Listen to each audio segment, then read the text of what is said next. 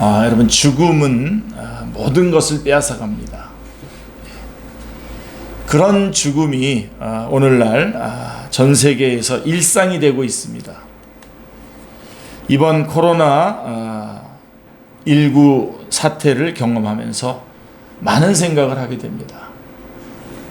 빌 게이츠의 말처럼 과거에는 핵무기가 인류의 가장 큰 위협이었지만 이제는 전염병이 그보다 더 큰 위협이라는 생각이 듭니다.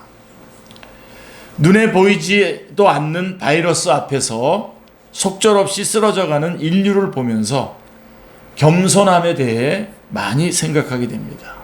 정말 겸손해야 되겠다. 그 중에서 가장 많이 드는 생각이 죽음에 대한 생각입니다. 건강하던 사람이 불과 며칠 만에 전염병에 걸려서 한 줌의 재로 사라져가 버립니다. 자신과 관련된 많은 사람들에게 감당하기 어려운 슬픔과 허무함을 남기면서 말입니다. 우리도 언제든지 그렇게 될 수 있다는 생각이 듭니다. 그런 우리에게 진정한 소망이 있는지 생각하게, 그 소망이 무엇인지 생각하게 됩니다. 이 죽음이 먼 남의 이야기가 아니라 언제든 닥칠 수 있는 자신의 이름을 다시금 생각하게 됩니다. 죽음을 어떻게 대해야 하는지, 그 다음에 죽음을 앞에 두고 어떻게 살아야 하는지를 많이 생각하게 됩니다. 자, 아주 먼 옛날 주후 1세기경에 마게도냐 지방, 지금의 이제 발칸반도 북쪽 지방이죠. 북쪽 지역의 데살로니가 교회의 성도들도 또한 죽음에 대해서 많은 생각을 하고 있었습니다. 데살로니가 교회는 사도 바울이 2차 전도 여행 때에 여행 중에 데살로니가를 방문해서 세워진 교회입니다. 당시 성도들의 죽음에 대한 생각, 그리고 그들에 대한 오늘 본문의 가르침을 이해하기 위해서는 우리 데살로니가 교회가 세워진 배경을 또 잠깐 설명하는 것이 필요할 것 같습니다. 사도행전 16장 17장에 나오는데요. 사도행전 16장 17장에는 사도 바울이 마게도냐 지방으로 전도 여행의 방향을 틀게 된 이야기가 나옵니다. 자, 2차 전도 여행 중에 있었던 사도 바울은 아시아에서, 소아시아에서 복음을 전하고자 했지만 번번이 길이 막혔습니다. 그러던 중에 그는 한밤중에 어떤 마게도냐 사람이 자기 앞에 서서 마게도냐로 건너와서 우리를 도와주십시오라고 그렇게 애원하는 환상을 보게 됩니다. 그래서 사도 바울은 이 환상을 본 뒤에 하나님께서 자신들을 부르셔서 마게도냐 사람들에게 복음을 전하게 하시는구나 라고 확신을 하게 되었습니다. 그래서 사도 바울은 실라하고 디모데 그리고 누가와 함께 아시아의 드로아 항구죠. 오늘날로 말하면 터키죠. 터키에서 배를 타고 아드리아해를 거쳐서 네아폴리, 오늘날의 카발라라고 하는 곳인데요. 네아폴리에 상륙을 합니다.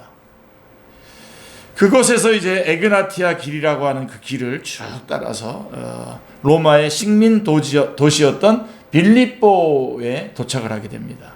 15km가량의 여행을 하게 됩니다. 빌립보까지 갔는데, 자, 빌립보에서 여러분 기억나십니까? 자주옥감 장사 루디아를 만났고 전도도 했고요. 거기서 많은 그런 바울과 실라는 로마 거기서 전도도 했는데 옥에 갇히게 됩니다. 잡혀서 옥에 갇히게 되고 매를 맞고 하룻밤을 감옥에서 보내게 되고요. 다음날 로마 관리들은 이 사도 바울이 로마 시민권을 가진 사람이라고 하는 것을 확인하고는 몹시 당황해서 이 빌립보를 좀 떠나줄 것을 요청을 하게 되고요.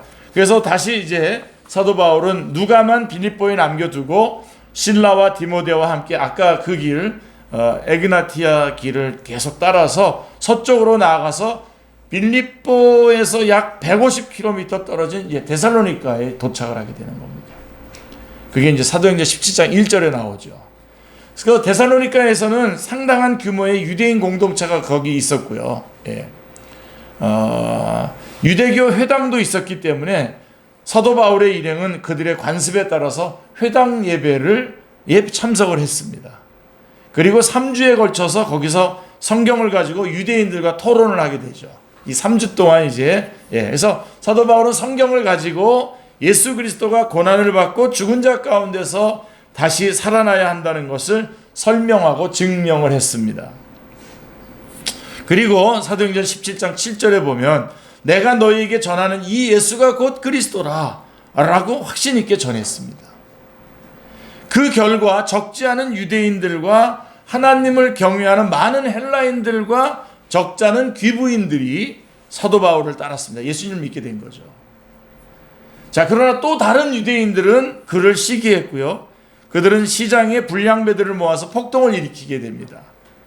그래서 그들은 사도 바울 일행을 가이사의 법을 어겨가며 예수라는 다른 왕이 있다고 말하면서 자, 황제의 명령을 거스르는 행동을 했다고 하면서 반역자들이라고 이제 몰아붙이게 되고, 그래서 결국은 이 데살로니가의 신자들이 사도 바울의 일행의 신변을 보호하기 위해서 그들을 데살로니가에서 이제 베레아로 이제 보냅니다. 자, 데살로니가를 데살로니가에서 여러분 3주 동안 성경 공부를 가르쳤잖아요. 예? 서로 나눴잖아요. 그러니까 데살로니가를 떠난 후에 사도 바울은 다시 그곳으로 돌아갈 수가 없었습니다. 데살로니가전서 2장 18절에 보면 사탄이 우리를 막았도다 이렇게 되어 있어요. 한 번, 두 번 그곳에 가고 3주 동안밖에 말씀을 전하지 않았기 때문에 가서 좀 다지고 싶고 뭔가 더 말해주고 싶었을 텐데 한 번, 두 번 가고자 했으나 사탄이 우리를 막았도다 라고 이렇게 말씀하고 있습니다. 자, 아주 짧은 기간 동안 복음을 들은 데살로니가의 성도들이 제대로 신앙생활을 하고 있는지 걱정이 되지 않을 수 없었습니다. 그렇죠? 그런 생각이 들지 않겠습니까? 그래서 이제 후에 사도 바울은 이제 디모데를 보내요. 그곳에 보내가지고 데살로니가 교회의 상황을 살펴보도록 했는데 돌아와서 보고하는 디모데의 보고는 아주 기쁜 소식입니다. 기쁜 소식을 전해줬습니다. 그래서 데살로니가 성도들이 여러 가지 어려움과 핍박 속에서도 믿음과 사랑 가운데서 굳건히 서 있다라고 하는 소식을 듣게 됩니다. 불과 3주 정도의 가르침을 받았는데 그들이 신앙을 굳건히 지키고 있었다라고 하는 것은 놀랍고도 기쁘고 감사한 일이었습니다. 아마 이게 최고의 기쁨일 겁니다. 밥 먹기도 싫을 겁니다. 사실 밥 먹을 생각도 안 날 겁니다. 너무 기뻐서요. 이건 목사님이네. 그렇죠. 그러면 안 됩니다. 여러분들도 그래야 됩니다. 자, 그것도 그렇게 신앙이 잘 자란 건 보면 그것도 그냥 평안한 때에 있었던 그런 것이 아니라 고난과 멸시를 그러니까 핍박을 받는 가운데서도 그런 상황에서도 그런 신앙의 성장이 있었던 것입니다. 자, 근데 이제 여기에 이렇게 좋은 소식도 있지만 한편으로는 믿음을 잘 지키고 있던 그들이 해결하지 못하는 한 가지 중요한 신앙적인 문제가 있었습니다. 그 문제를 이제 사도 바울이 알게 되는 것이죠. 그것은 주님의 재림과 그 전에 죽은 신자들에 대한 오해였습니다. 자, 오늘 본문 말씀이 바로 그 문제와 관련된 겁니다. 4장 우리 13절부터 쭉 제가 본문 말씀에 데살로니가 성도들은 사도 바울이 전한 복음을 굳게 믿고 있었습니다. 그 복음이 무엇이었겠습니까? 여러분 잘 알다시피 구약 성경은 분명히 그리스도가 고난을 받고 죽은 자 가운데서 다시 살아나야 한다는 것을 말씀하고 있는데 자신이 전하고 있는 예수님이 바로 그 그리스도라고 하는 소식입니다. 그래서 예수님이 구약 성경이 예언한 바로 그 그리스도인데 왜냐하면 그분은 고난을 받고 죽은 자 가운데서 살아나셨기 때문이다 라고 전했습니다. 이것이 사도 바울의 일행들이 전한 복음의 말씀인 것입니다. 그래서 데살로니가 성도들은 그리스도 주님께서 죽으셨다가 다시 살아나신 것을 믿고 있었습니다. 그래서 고난과 멸시, 조롱과 핍박을 받으면서도 이 믿음을 굳게 지켰죠.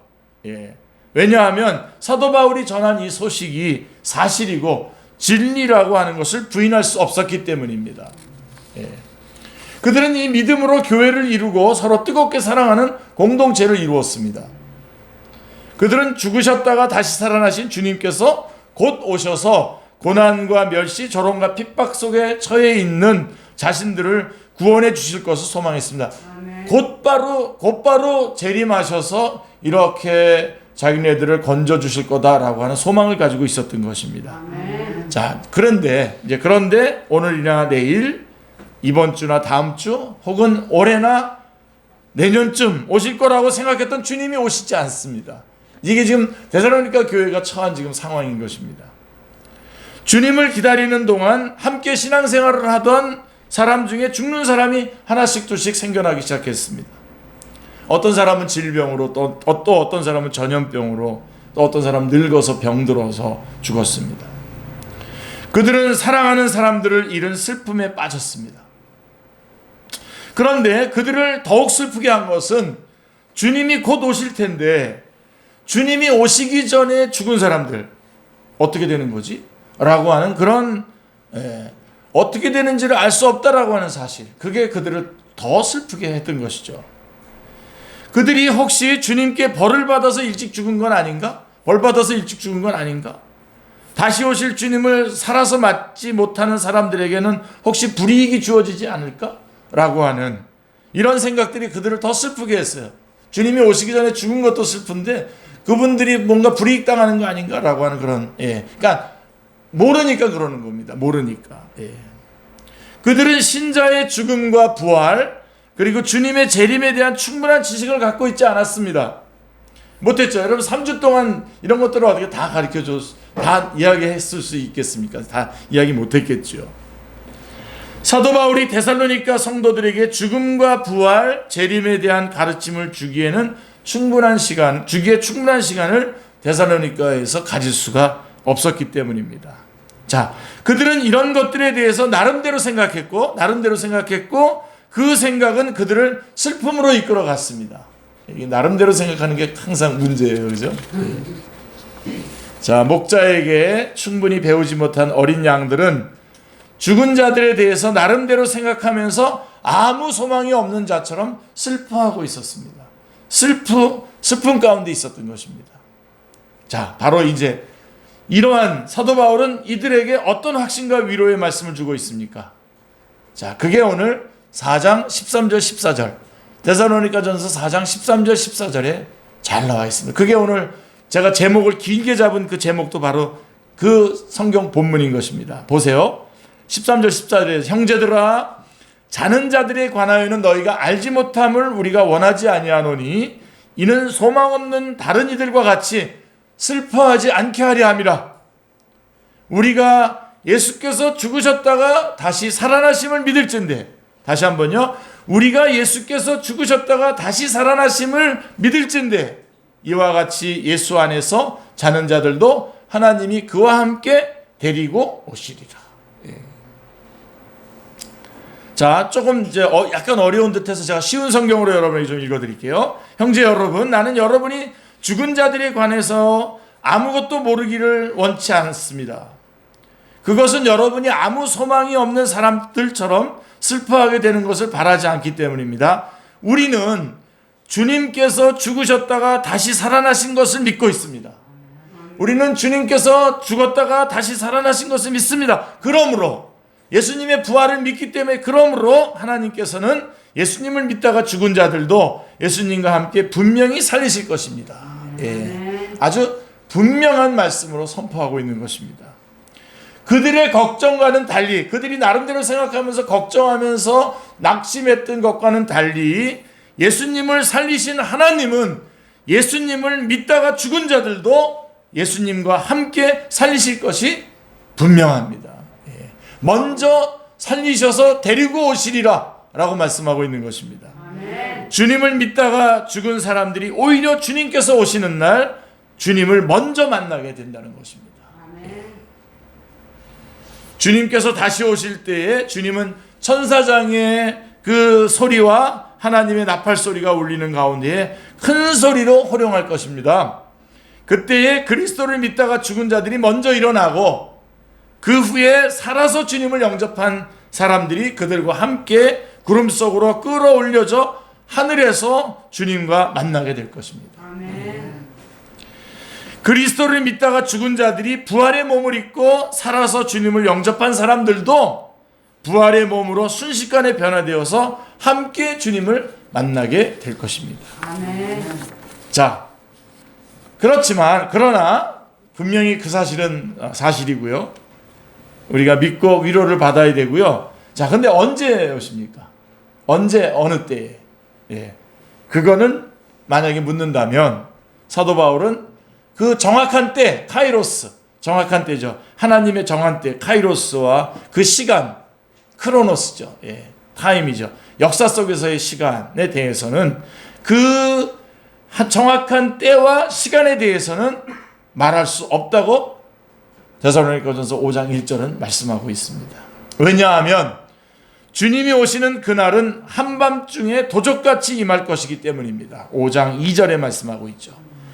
사람이 살면서 도둑을 맞을 수 있다는 생각은 누구나 합니다. 예, 그래서 우리 철저하게 보완을 하죠. 그리고 그 도둑이 한밤중에 침입할 것이라는 사실을 누구나 압니다. 예. 그러나 도둑이 우리 집에 언제 어느 때에 침입할지는 아무도 모르죠. 사람들이 모든 것이 평안하다 안전하다라고 말할 그때에, 즉 방심하고 태만한 틈을 타서 틈이 볼 그때에 재난이 갑자기 닥칩니다.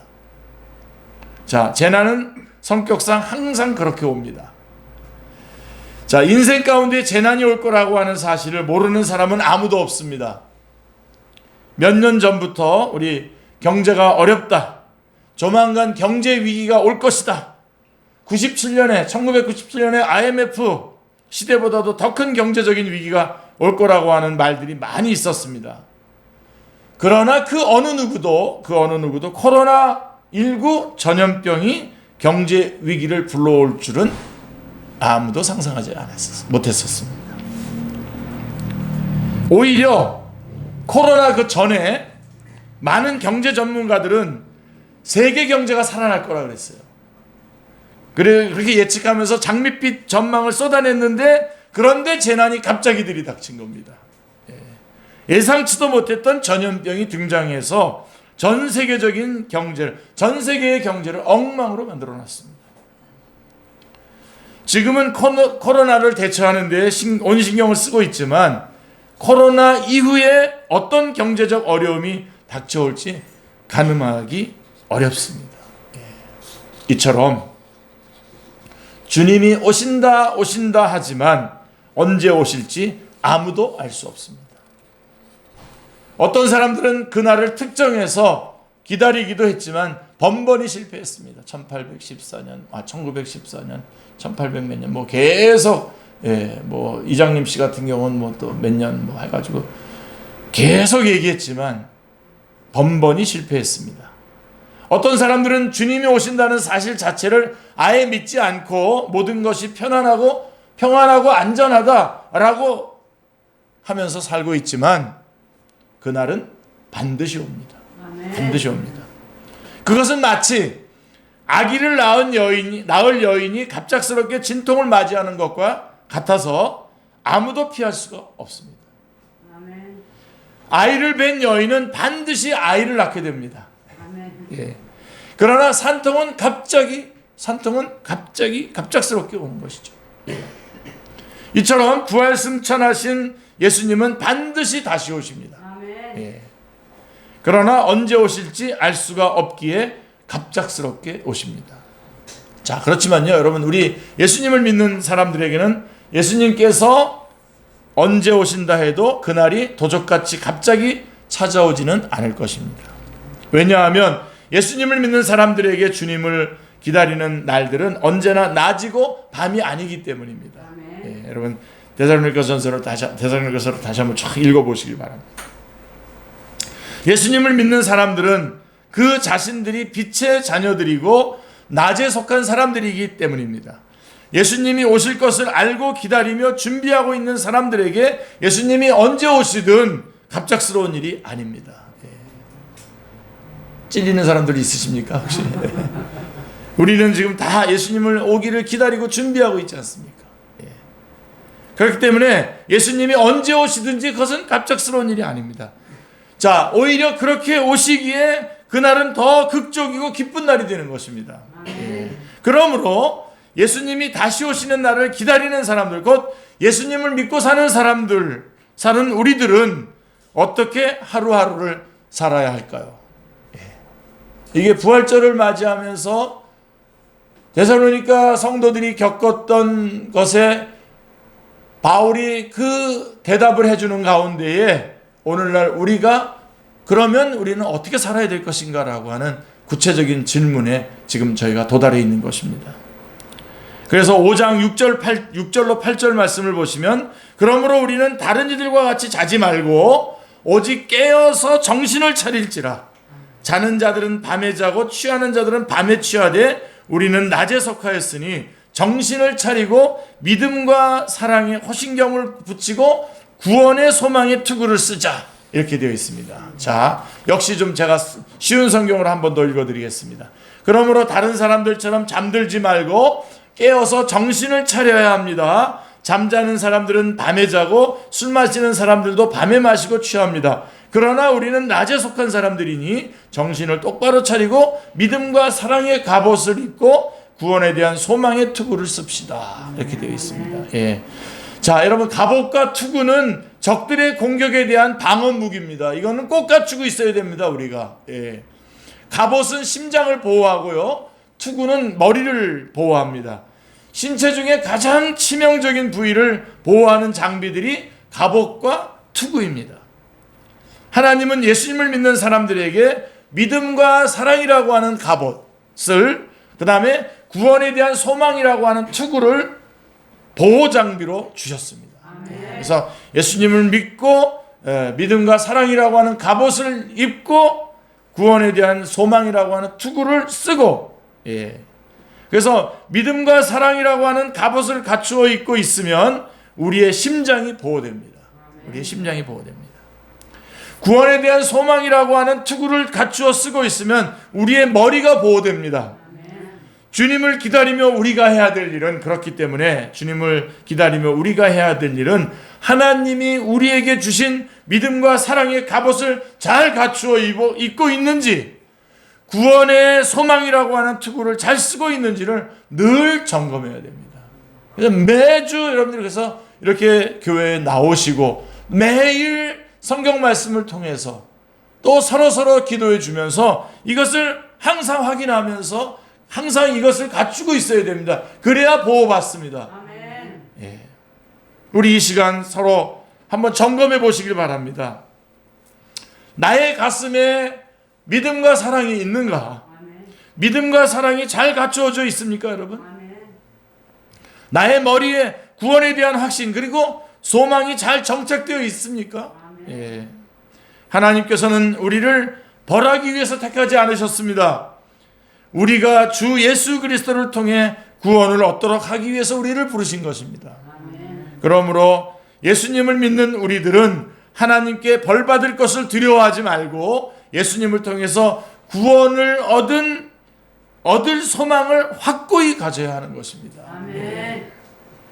그래서 그리스도께서 우리를 위해 죽으시고 부활하신 것이 확실하기에 우리는 이것을 믿게, 오늘 제목입니다. 예수께서 죽으셨다가 다시 살아나심을 믿을진대. 그리스도께서 우리를 위해서 죽으시고 부활하신 것이 확실하기 때문에, 확실하기에 하나님께서는 우리가 살든지 죽든지 상관없이 우리가 예수님과 함께 살도록 해주실 것입니다. 이게 우리의 소망입니다. 이게 우리의 위로입니다. 이 소망이 사랑하는 사람을 먼저 보낸 우리들에게, 전염병이 목숨을 위협하는 이 시대에 언젠가는 죽음을 맞이하게 될 우리에게 유일한 위로인 것입니다.